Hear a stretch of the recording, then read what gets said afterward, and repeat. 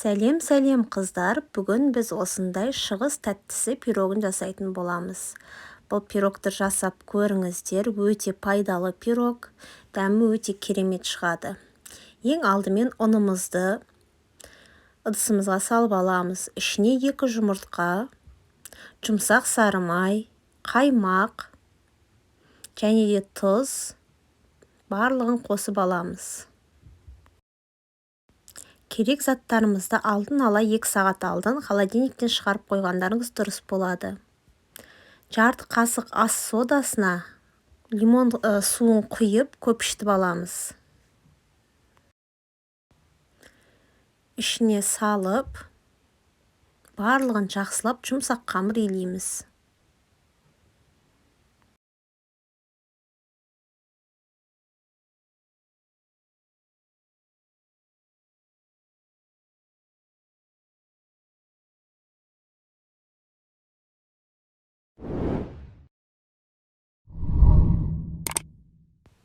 Міне қарасаңыздар, қамырымыз өте жұмсақ, қолға жабысқақ болып тұр. Пакетімізге салып, холодильникке кемінде жарты сағатқа қойып аламыз. Міндетті түрде холодильникке салыңыздар, морозилькке салмаңыздар. Енді ішіне жігірек жаңғағы, мейіз, өрік және де варенье болмаса әселімізді салып, жақсылап араластырып аламыз.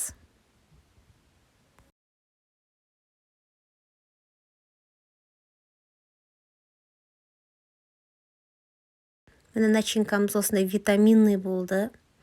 Енді кремін дайындаймыз. Ол үшін жұмыртқаның ағына кішкене шым-шым тұз салып, миксерімізді қосып көпіштеміз.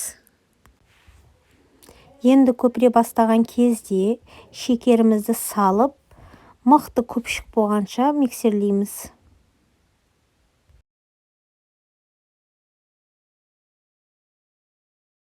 Міне қараңыздар, осындай болып шығу керек. Енді пирогымызды жинаймыз. Ол үшін қамырымызды холодильниктен шығарып, 2 бөлікке бөліп аламыз. Біреуі үлкен, біреуі кішкентай. Қамырмен тез жұмыс істеңіздер, себебі песочный тесто болғаннан кейін қолда қатты ериді. 24 сантиметрлік формамызды дайындап аламыз. Үлкен қамырымызды салып, формамен келтіріп аламыз. Қолмен жайып шығамыз.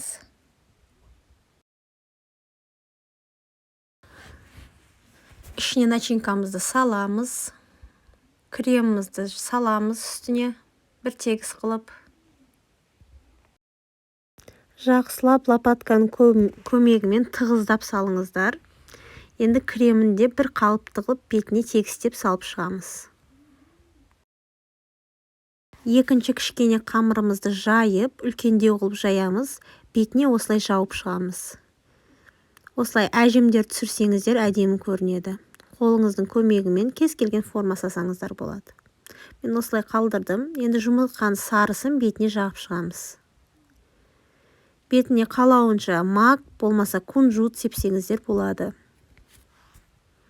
Қызып тұрған духовкаға 200 градус духовкаға 30 минут пісіріп аламыз.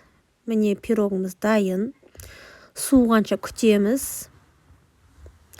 Одан кейін барып кесіп көрсек болады.